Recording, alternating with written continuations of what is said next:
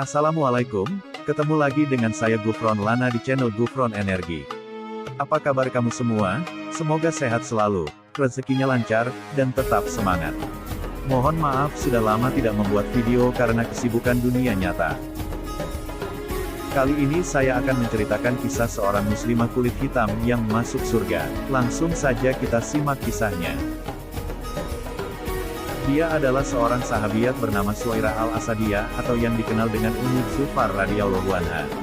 Walau para ahli sejarah tak menulis perjalanan kehidupannya secara rinci, karena hampir semua kitab-kitab sejarah hanya mencantumkan sebuah hadits dalam biografinya, namun dengan keterangan yang sedikit itu kita dapat memetik banyak faedah, pelajaran, serta teladan yang agung dari wanita solihah ini.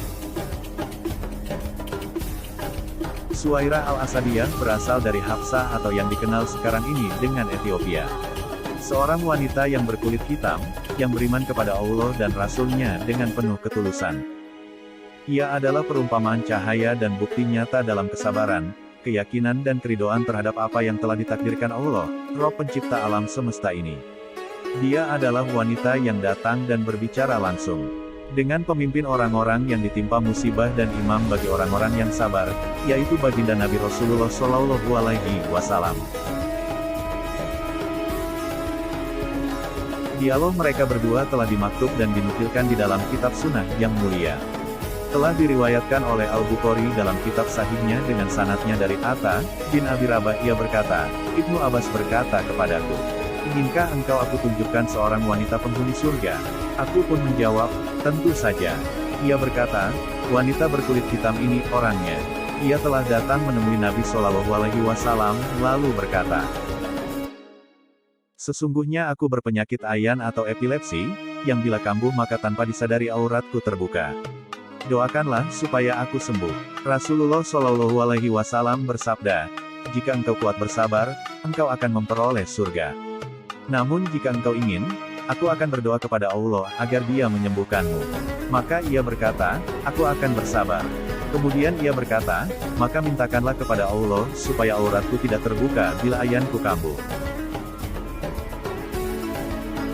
Sebelum kita lanjutkan kisahnya, jangan lupa subscribe, like, komen dan share, agar channel ini bisa berkembang. Amin. Maka beliau Rasulullah Shallallahu Alaihi Wasallam pun mendoakannya.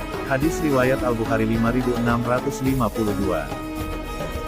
Perhatikanlah, betapa tingginya keimanan wanita ini. Ia berusaha menjaga hak-hak Allah dalam dirinya. Tak lupa pula mempelajari ilmu agamanya. Meski ditimpa penyakit, ia tidak putus asa akan rahmat Allah dan bersabar terhadap musibah yang menimpanya. Sebab ia mengetahui itu adalah sesuatu yang diwajibkan oleh Allah. Bahwasanya tak ada suatu musibah apapun yang diberikan kepada seorang mukmin yang sabar kecuali akan menjadi timbangan kebaikan baginya pada hari kiamat nanti. Dalam Al-Quran dijelaskan dalam surat Az-Zumar ayat 10, sesungguhnya hanya orang-orang yang bersabarlah yang akan diberi pahala tanpa batas.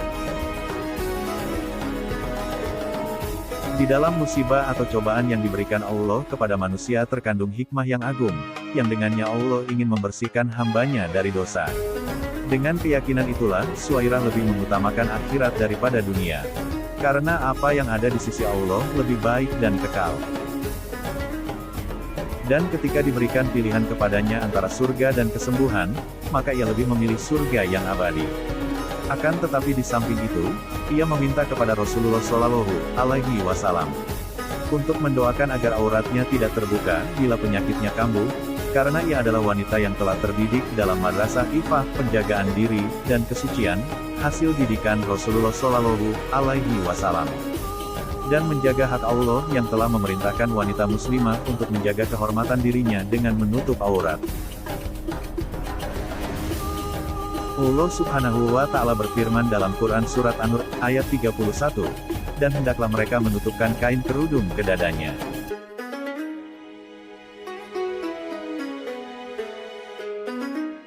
Suwairah telah memberikan pelajaran penting bagi para wanita yang membuka auratnya, bahwa hendaknya mereka bersyukur kepada Allah Ta'ala atas nikmat kesehatan yang telah dilimpahkan kepada mereka. Karena ia adalah mahkota kehormatannya. Dalam permintaannya, Suairah hanya meminta agar penyakit yang membuatnya kehilangan kesadarannya itu tidak menjadi sebab terbukanya auratnya, padahal dalam keadaan itu pena telah diangkat darinya.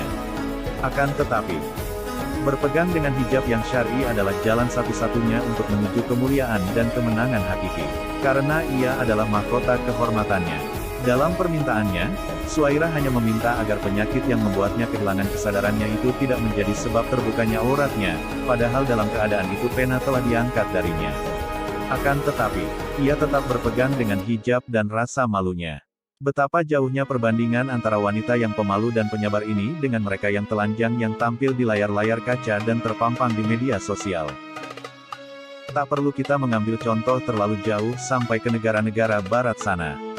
Cukuplah kita perhatikan di negara kita tercinta ini saja, banyak kita temukan wanita-wanita telanjang berlalu lalang dengan santainya di setiap lorong dan sudut kota. Bahkan di kampung-kampung tanpa rasa malu sedikitpun. Rasulullah Shallallahu Alaihi Wasallam telah sebutkan perihal mereka ini dengan sabdanya.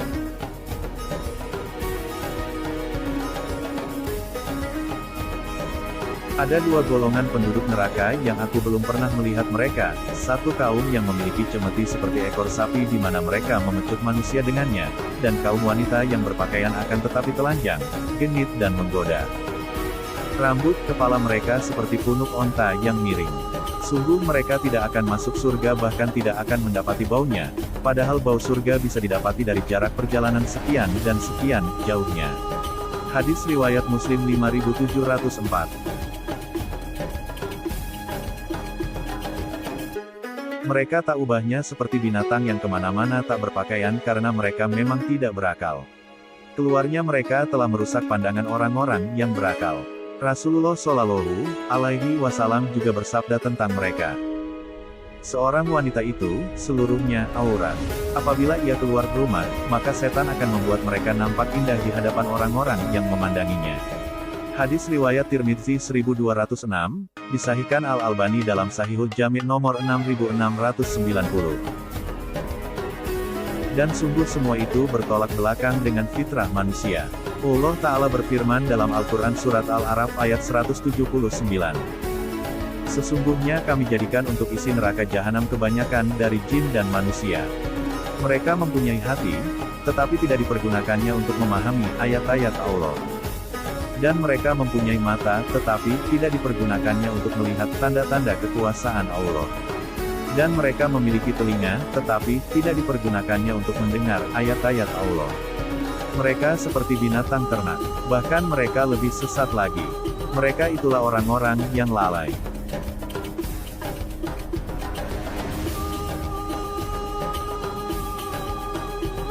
Demikianlah sosok Suairah Al-Asadiyah radhiyallahu anha, wanita yang dipuji Rasulullah Shallallahu Alaihi Wasallam akan kesabaran dan ifah penjagaan dirinya.